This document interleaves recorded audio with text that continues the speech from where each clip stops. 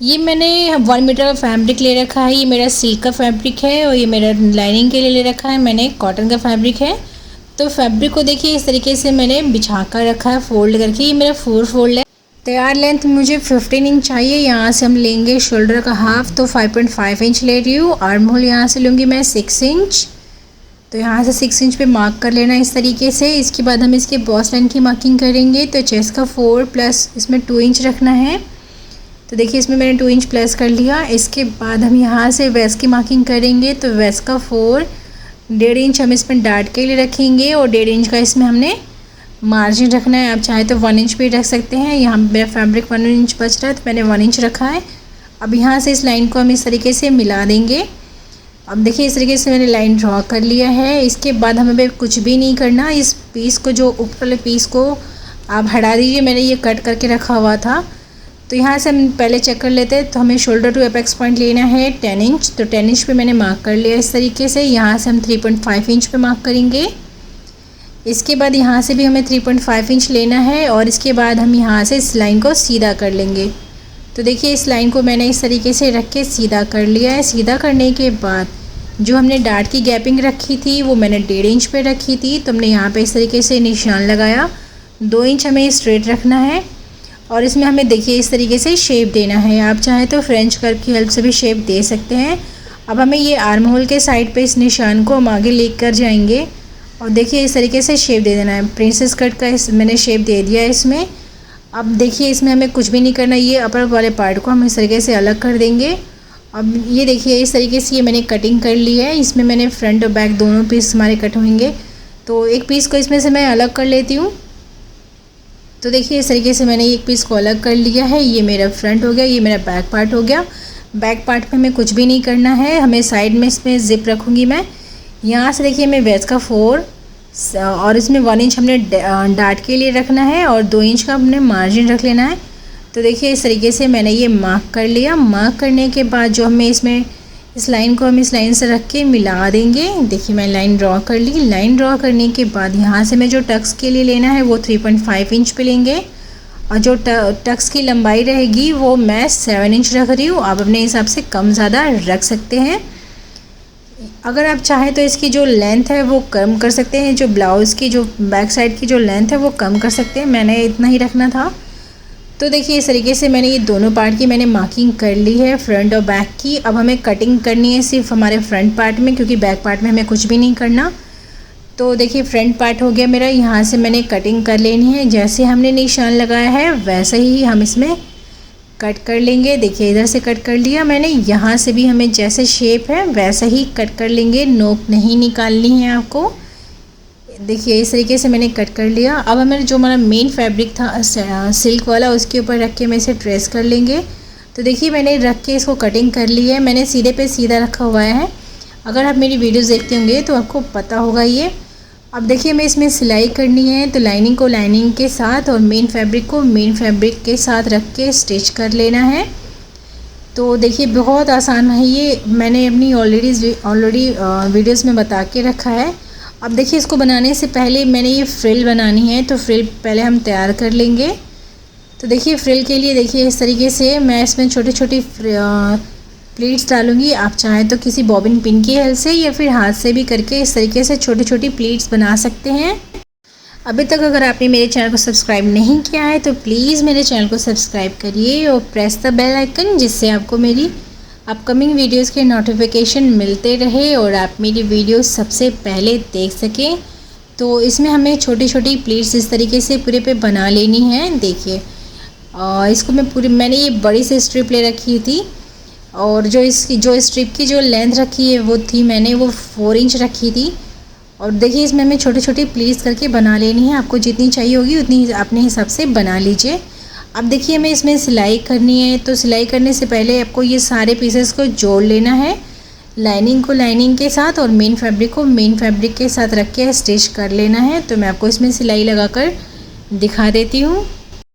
अगर आपकी कटिंग सही रहेगी तो ये जो फैब्रिक है वो एक्स्ट्रा नहीं होगा। अगर मान लीजिए थोड़ा सा फैब्रिक बचता है तो आप बाद में उसको कट करके अलग कर सकते हैं।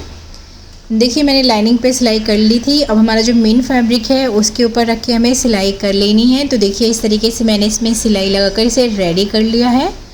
तो दोनों साइड पे मैंने सिलाई लगा ली है, आप देख सकते हैं। अब हमारी मैंने जो फ्रिल बनाई थी उसको हमें इसके ऊपर रख के अटैच करना है। तो जो फ्रिल की जो डायरेक्शन रहेगी वो अंदर साइड को रखेंगे हम, और उल्टे सीधे का ध्यान रख के आपको लगाना है। अगर उल्टा साइड है तो आपको लाइनिंग के साइड रखना है। अब देखिए हमें यहाँ पे इस तरीके से पिन को मैंने निकाल दिया है। अब ऊपर साइड पे हमें इस तरीके से रखेंगे यहाँ बिल्कुल अच्छे से, और रखने के बाद यहाँ से पिन अप कर लेंगे और इसके ऊपर हमें नॉर्मल सिलाई लगा लेनी है। तो देखिए यहाँ से मैंने रखा और बिल्कुल बराबर से रखते जाएंगे, मिला के रखना है और इसके ऊपर हमें सिलाई लगा लेनी। तो मैं आपको ये पूरा रेडी करने के बाद दिखा देती हूँ। तो देखिए इस तरीके से मैंने ये सारे पीसेस पे सिलाई लगा ली है। बैक पार्ट पे भी मैंने सिलाई लगा ली है, ये फ्रंट पार्ट था मेरा, इस पर भी मैंने सिलाई लगा ली है। अब मैं इसमें छोटे छोटे कट लगाऊंगी, क्योंकि जब हम इसे सीधा करेंगे तो इसमें अच्छे से ये कुछ वगैरह मतलब फिनिशिंग अच्छी आए, इसके लिए मैं इसमें छोटे छोटे कट लगा दूँगी। तो देखिए यहाँ से हमने छोटे छोटे कट लगा दिए हैं। अब हमें इसे सीधा कर लेना है। तो एक साइड पे मैंने सिलाई नहीं करी हुई है, तो वहाँ से मैं इसे सीधा कर लूँगी। देखिए कुछ इस तरीके से हमें फैब्रिक को सीधा कर लेना है। सीधा करने के बाद आप चाहे तो इसके ऊपर आयरन कर लीजिए। आयरन करने के बाद इसमें फिनिशिंग अच्छी आ जाएगी। और आप देख सकते हैं इसमें जो फ्रिल लगाई है मैंने वो कितनी ब्यूटीफुल सी आ रही है। अगर आप चाहें तो इस तरीके से भी ये डिज़ाइन बनाकर कंप्लीट कर सकते हैं। अब बैक पार्ट को भी हमने इसे सीधा कर लेना है, क्योंकि इसमें मुझे स्ट्रिप नहीं लगानी है या फिर अलग से इसमें स्लीव भी नहीं लगानी है, तो इसलिए मैं इसको सीधा कर लूँगी इस तरीके से। शोल्डर का कोई चक्कर नहीं है। तो देखिए इसको भी मैंने बैक पार्ट को भी मैंने सीधा कर लिया है। सीधा करने के बाद आप ये जो हमारा टक्स है उसको हम बना लेंगे और इसके बाद हमें साइड की फ़िटिंग कर लेनी है।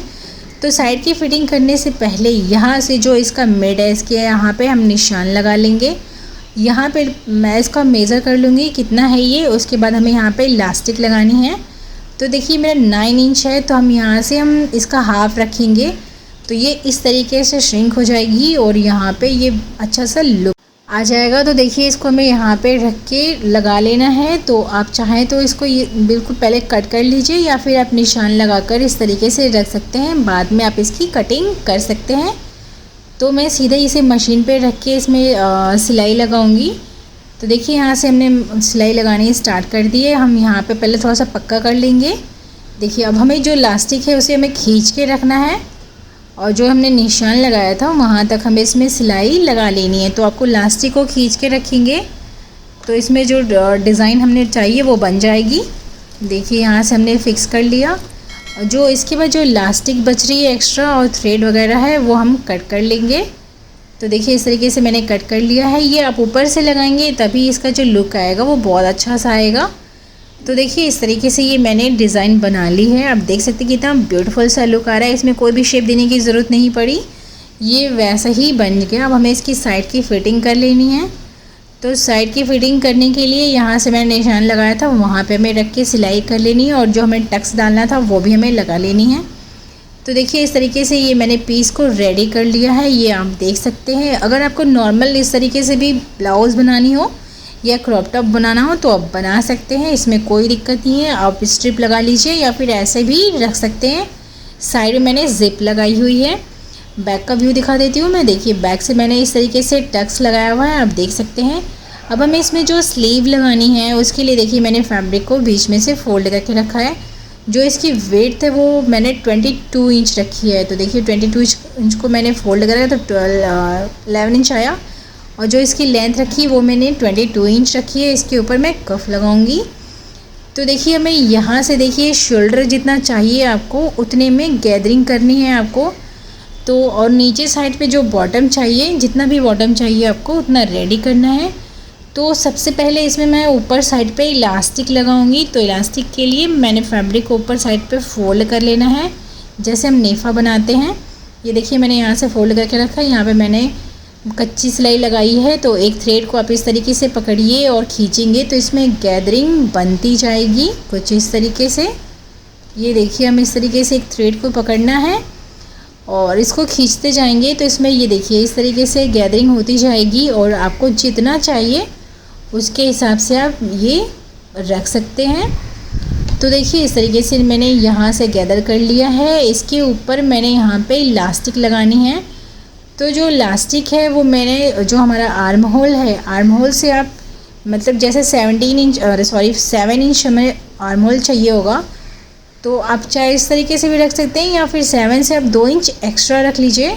9 इंच इस तरीके से इलास्टिक कट कर लीजिए और इलास्टिक को इसके अंदर रखना है और हमें इस जितना भी फैब्रिक है इसमें ये एडजस्ट कर लेना है। तो देखिए यहाँ से हम पहले इलास्टिक को यहाँ से मैंने जैसे हम थ्रेड को डोरी पलटते हैं वैसे ही हम इस तरीके से इलास्टिक को अंदर से लेके जाएंगे। ये देखिए इस तरीके से लेकर जाना है और एक किनारे पे लेके आके हम थ्रेड को नीडल को निकाल लेंगे। देखिए इस तरीके से। अब एक साइड पे हमें पहले इसे फिक्स कर लेना है जो हमारी इलास्टिक है। एक किनारे पे हम इसे यहाँ पे सिलाई लगा लेंगे। तो मैं यहाँ पे एक साइड पे सिलाई लगा कर आपको पहले दिखा देती हूँ। देखिए यहाँ से हमने सिलाई लगानी स्टार्ट कर दी। ये देखिए मैंने फ़िक्स कर लिया। अब जो दूसरा वाला साइड था उसको भी हमें यहाँ तक लेकर आना है और यहाँ पे से भी फिक्स कर लेना है और इसमें हमें कुछ भी नहीं करना, दूसरे किनारे पे ले जाके यहाँ से भी फिक्स कर लेना है। तो देखिए इस तरीके से मैंने ये रेडी कर लिया है। अब हमें जो कफ बनानी है उसके लिए देखिए फैब्रिक मैंने लिया है 8.5 इंच। आप थोड़ा सा ज़्यादा भी रख सकते हैं, अपने हिसाब से आपको जितना भी चाहिए उस हिसाब से रख सकते हैं। और जो इसकी जो हमने लेंथ रखी है वो मैंने 3.5 इंच रखी है। अब देखिए हमें इसमें सिलाई लगानी है, तो इस तरीके से एक साइड छोड़ के बाकी हमें इसे पूरे पे सिलाई लगा लेनी है। आप देख सकते हैं निशान लगा दिया मैंने, यहाँ पे हमें सिलाई लगानी है। तो देखिए मैंने लाइनिंग और मेन फैब्रिक को साथ में रख के स्टिच कर रही हूँ। देखिए इस तरीके से मैंने सिलाई कर ली और जो एक्स्ट्रा थ्रेड वगैरह है वो हमें कट कर देना है और फैब्रिक को इस तरीके से सीधा कर लेंगे। तो देखिए इस तरीके से मैंने इसे सीधा कर लिया है। सीधा करने के बाद आप इसके ऊपर आयरन कर लीजिए या फिर आप इसके ऊपर अगर पेस्टिंग लगाना चाहें तो तभी भी आप लगा सकते हैं। अब जो हमारी स्लीव है इसके जो बॉटम है, बॉटम को इसके अंदर रखना है और इसके ऊपर सिलाई लगानी है। तो देखिए पहले आपको जितना भी चाहिए उस हिसाब से आप रख लीजिए और इसके बाद हमारी कफ के अंदर इसे रखना है इस तरीके से और इसके ऊपर आप सिलाई लगा सकते हैं। अगर आपको इस तरीके से प्रॉब्लम हो तो आप सीधा ऐसे नॉर्मल रखिए और इसके ऊपर सिलाई लगा लीजिए। लेकिन मैं इसके अंदर इसको रखूँगी और इसको अच्छे से रखने के बाद इसके ऊपर सिलाई लगा लेनी है। तो देखिए इसको हम पहले पिनअप कर लेंगे। पिनअप करने के बाद इसके ऊपर मैं सिलाई लगाऊंगी। तो देखिए इस तरीके से मैंने इसे पिनअप करके रखा हुआ है और इसके ऊपर देखिए इस तरीके से कवर कर लिया मैंने। अब इस पर मैं सिलाई लगा लूँगी। तो देखिए इस तरीके से रखते जाना है और इसको हम अच्छे से सिलाई लगा लेंगे। ये देखिए मैंने ये सिलाई लगाकर कंप्लीट कर ली है। सेम ऐसे ही हमें दूसरे वाले कफ को भी इसी तरीके से अटैच कर लेना है और साइड की फिटिंग कर लेनी है। बिल्कुल किनारे से रखते जाएंगे और जहाँ पे इलास्टिक हमने दोनों साइड पे जोड़ा था वहाँ तक हम इसके ऊपर सिलाई लगा लेंगे। बिल्कुल किनारे से लगाएंगे तो जो इसमें बलून बन के आएगा वो बहुत ही अच्छा लगेगा। तो देखिए इस तरीके से मैंने यहाँ पे स्टिच कर लिया है। इस तरीके से देखिए मैंने दोनों स्लीव बनाकर रेडी कर लिया है। अब हमें इसे सीधा कर लेना है। तो देखिए इस तरीके से मैंने ये सीधा कर लिया। सीधा होने के बाद कुछ इस तरीके से हमारी स्लीव इस तरीके से नज़र आएगी। आप चाहें तो इसे ऑफ शोल्डर भी पहन सकते हैं या फिर आप इसे शोल्डर के ऊपर भी रख के पहन सकते हैं। ये इसमें मैंने इलास्टिक लगा रखी है तो कोई प्रॉब्लम नहीं होगी। अब हमें जो हमारी ब्लाउज़ था इसके साथ रख के हम इसे अटैच करेंगे। तो देखिए इस तरीके से रखा हमने, यहाँ पे रखेंगे और बिल्कुल मतलब 1 इंच लगभग या फिर ½ इंच आपको इसमें सिलाई लगानी है और आपको इसमें कुछ भी नहीं करना। दोनों साइड पे हमें सेम ऐसे ही रखना है फैब्रिक को और इसके ऊपर रख के यहाँ से बिल्कुल बराबर से सिलाई लगा लेनी है। तो मैं आपको इसमें पूरे पे सिलाई लगाकर दिखा देती हूँ। बहुत इजी तरीका है। अगर आप इसको ऑफ शोल्डर पहनना चाहें तो ऑफ शोल्डर भी पहन सकते हैं या फिर आप इसे शोल्डर पे भी रख के पहन सकते हैं। मतलब अलग से स्लीव लगाने की जैसे शोल्डर हम ज्वाइन करते हैं वो करने की ज़रूरत नहीं पड़ेगी। और इसका आगे का लुक देख ही सकते हो आप। तो मैं इस शोल्डर को ज्वाइन करके दिखा देती हूँ आपको। देखिए इस तरीके से रखा हमने बराबर से और यहाँ पे रखेंगे और इसके ऊपर हमें 1 इंच के लगभग सिलाई कर लेनी है। देखिए कुछ इस तरीके से मैंने सिलाई कर ली। दूसरी वाले शोल्डर स्लीव को भी हम इसी तरीके से जोड़ लेंगे। देखिए सिलाई से सिलाई मिल रही है, इसका ध्यान रखते हुए आपको सिलाई कर लेनी है। तो ये मैं आपको पूरा देखिए मैंने इसे कंप्लीट कर लिया है। स्लीव हमारी लग चुकी है, आप देख सकते हैं कितना ब्यूटीफुल सा लुक आ रहा है अब इसका। अगर आप चाहें तो जो हमने फ्रिल ऊपर साइड पे लगाई है आप नीचे बॉटम पे भी लगा सकते हैं अगर आप लगाना चाहें तो देखिए इस तरीके से ये मैंने ब्यूटीफुल से ब्लाउज़ बनाकर रेडी कर लिया है। ये क्रॉप टॉप है। आप भी इस क्रॉप टॉप को ज़रूर बनाइएगा। आप इस क्रॉप टॉप को ब्लाउज़ पे, स्कर्ट पे, जीन्स पे पहन सकते हैं। तो होप यू लाइक इट। अगर आपको आज की मेरी वीडियो अच्छी लगी हो तो प्लीज़ लाइक करिए, शेयर करिए और सब्सक्राइब करना ना भूलिए। सो मिलते हैं नेक्स्ट वीडियो में नए टॉपिक के साथ। Thanks for watching. Thank you.